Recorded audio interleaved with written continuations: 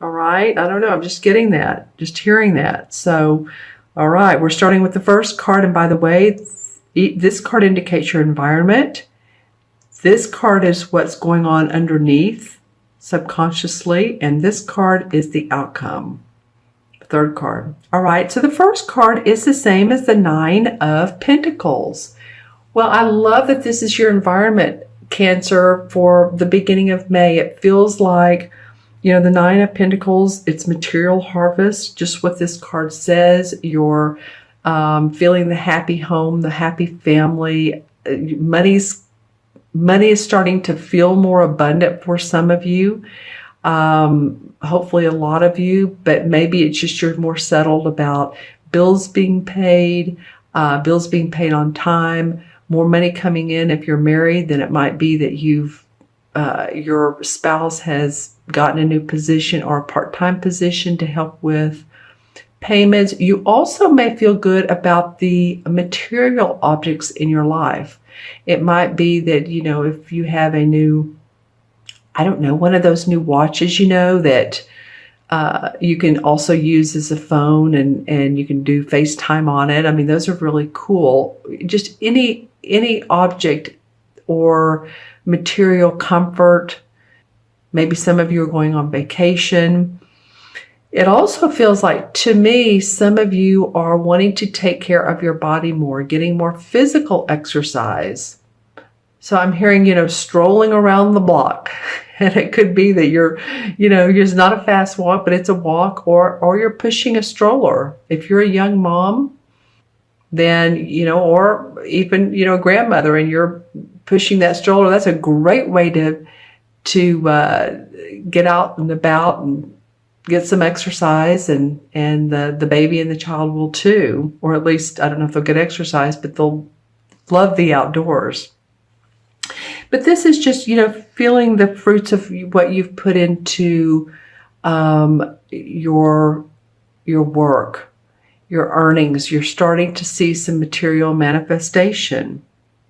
It's interesting in this card, the artwork. As you can see, there's the columns. There's 4 here. There's 4 here. There's these lines on the brown table. And then the lines here that almost look like the setting for like where musical chords would go. So it's a very linear feeling that, you know, you've manifested this materialization, you know, and then the sun comes out, and this is round. Thank goodness. We needed some, and there's some rounded objects here, but this indicates that the sun is coming out around you in the money department, the physical department. If you've had any problems rather with physical body, then that's being completed for a lot of you. If you've had surgery, you've just had some sickness or illness, or I think some of you Cancers are really going to be excited at the beginning of the month. That's your environment. The next card is the same as the Eight of Cups. And the Eight of Cups to me is about, well, it's emotional withdrawal here, but it's a life-changing card. That means moving away from familiar surroundings. It could be familial, like family. Moving to a new direction. This guy here is sort of praying at the beach. The sand is behind him, and he's taking in the expansiveness of it all. So when I think of the Eight of Cups, like I said, it's life-changing because some of you might be moving.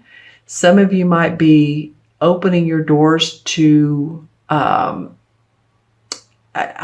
see some of you like opening a restaurant or opening a shop, and you're leaving, you've left behind what was familiar. Maybe it was a job to start this, to begin this process, to start this new venture, and you're excited about it.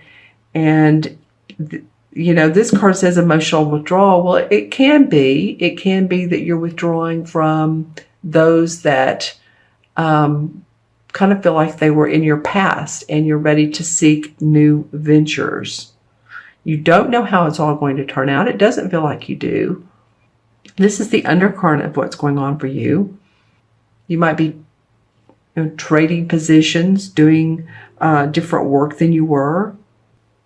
But remember to take time out when you need to. Take a break. Be around nature, of course. It helps you form your creativity and your imagination. Excuse me, as I was talking about in the beginning. So that's what the undercurrent is going on. You have some emotional changes in your life. It could be that your spouse and you are starting to communicate in a different way. Maybe you're not communicating at all and you need to get away. But it's a life-changing, moving towards a different direction than you have before. All right, and then your third card is the same as the Magician card. So you're creating your destiny here, Cancer. You're creating a new awareness. You're ready for it.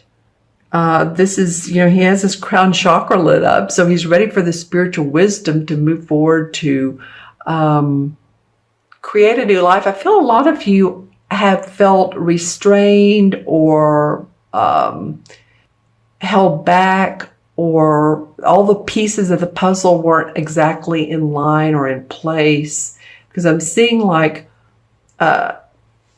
this sort of feeling up and down and not a straight, smooth line. And you've needed to make some changes in order to create what you really are seeking to create. It's like a new endeavor, a new client, again, a new business that you're opening, and you're excited about it. You feel empowered. Your intuition is up. You're paying attention to life. It might be after you've left the situation that's made you go into contemplation and move on, that now the new spark of hope, the new spark of light comes up, and you're ready for that change. It could very well be. We're in Mercury retrograde right now. It goes direct on the 3rd. It really takes about 2 weeks after that, so till the middle of May, to really move out of that direction or move into the direction we want. It's like not signing contracts, not signing leases during Mercury. Of course, I had to buy a phone the other day, and it is because Mercury was playing with me, as it does during the retrogrades, with my electronics. And so what can I say? So sometimes we have to do that.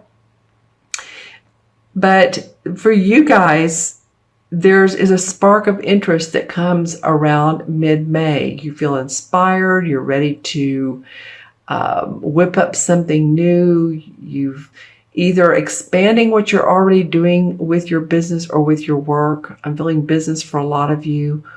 Or you're creating a new vision for yourself, a new goal for yourself. So this is the outcome card. It's a great outcome card. So I do feel like, you're starting to feel safe about money and your body. There's some things that you want to change, some emotional stagnation that you're ready to leave behind and move forward. And you're going to be inspired to create newness. All right, so I'm going to select a chakra card. These are the 7 chakras that are also in this deck. And intuitively pull one that matches this reading. Okay, chakra card for Cancer. Chakra card for Cancer, this one. Well, the third eye. Okay. Well, of course, because this would go really well with awareness. Your third eye chakra is in between your eyebrows, on your lower forehead. It's the chakra that says, I see. It can be clairvoyant. So, of course, it talks about your intuition and those intuitive hits you get, those instincts you get to notice those. If a visual comes up right out of the blue and you're like, I'm not sure what that is. I don't, know what that means, so I'm not going to pay attention. Don't do that. Notice what you notice. The third eye is very important to give you guidance.